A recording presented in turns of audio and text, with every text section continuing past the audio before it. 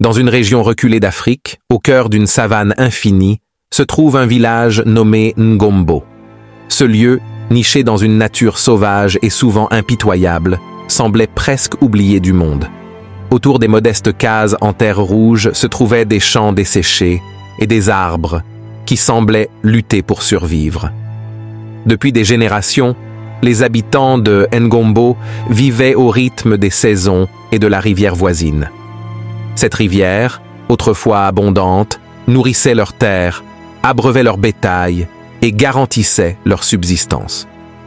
Mais ces dernières années, elle s'était asséchée. Le lit de la rivière, désormais vide, serpentait comme une cicatrice à travers la savane. Les habitants de Ngombo faisaient face à une réalité de plus en plus dure, le manque d'eau, de nourriture et d'opportunités. Mais parmi eux, un groupe de femmes allait défier cette adversité et prouver qu'avec l'unité et le courage, même les défis les plus écrasants pouvaient être surmontés. Voici l'histoire inspirante de Ngombo, un village oublié du monde, mais transformé par la détermination d'un groupe de femmes. Quand tout semblait perdu, elles se sont unies pour écrire un nouveau chapitre d'espoir et de résilience. Les journées à Ngombo débutaient bien avant l'aube. À la lumière des lampes à pétrole, les femmes se levaient et se préparaient à parcourir des kilomètres à la recherche de l'eau indispensable à leur survie. Leurs pas s'enfonçaient dans la poussière, leurs seaux vides résonnant doucement contre leurs hanches. Fatou, une femme d'une quarantaine d'années, menait souvent ces expéditions. Son regard déterminé cachait la fatigue accumulée au fil des années. Comme toutes les mères du village, elle faisait tout pour offrir à ses enfants un semblant de normalité. Mais chaque goutte d'eau ramenée coûtait des heures d'effort et un lourd tribut physique. Un jour, son fils Issa, âgé de 10 ans, lui demanda « Maman, pourquoi l'eau est-elle si loin? Pourquoi ne pouvons-nous pas en trouver ici ?» Fatou sourit faiblement, incapable de répondre. Elle caressa doucement la tête de son fils avant de le renvoyer à l'école. Dans les champs, les femmes tentaient de cultiver du mil et des haricots, mais la terre, dure et craquelée, refusait de donner ses fruits. Les enfants buvaient de l'eau trouble, souvent insalubre, et tombaient malades. À Ngombo, la vie n'était qu'une série de combats. Mais même dans cette adversité, une étincelle d'espoir brillait dans le cœur des femmes du village.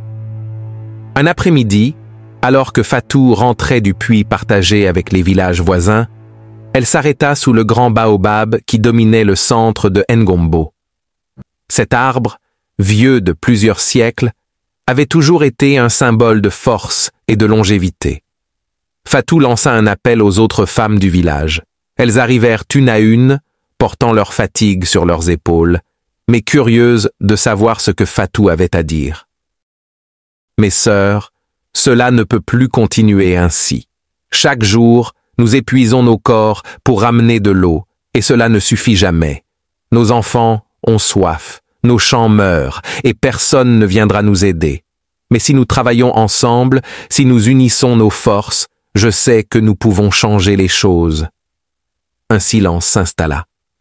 Puis, Aïcha, une jeune femme aux longs cheveux nattés, brisa la glace. « Fatou, tes paroles sont belles, mais comment ferons-nous cela? Nous n'avons rien, pas d'argent, pas d'outils, rien. » Mariama, une veuve énergique, connue pour son franc-parler, prit la parole. « Nous n'avons peut-être pas d'argent, mais nous avons nos mains, notre intelligence et notre courage. Si nous attendons que quelqu'un vienne nous sauver, nous mourrons en attendant. » Les murmures d'hésitation se transformèrent peu à peu en discussions animées. Les femmes savaient que Fatou avait raison. Elles décidèrent de s'unir pour creuser leur propre puits et planter un jardin communautaire.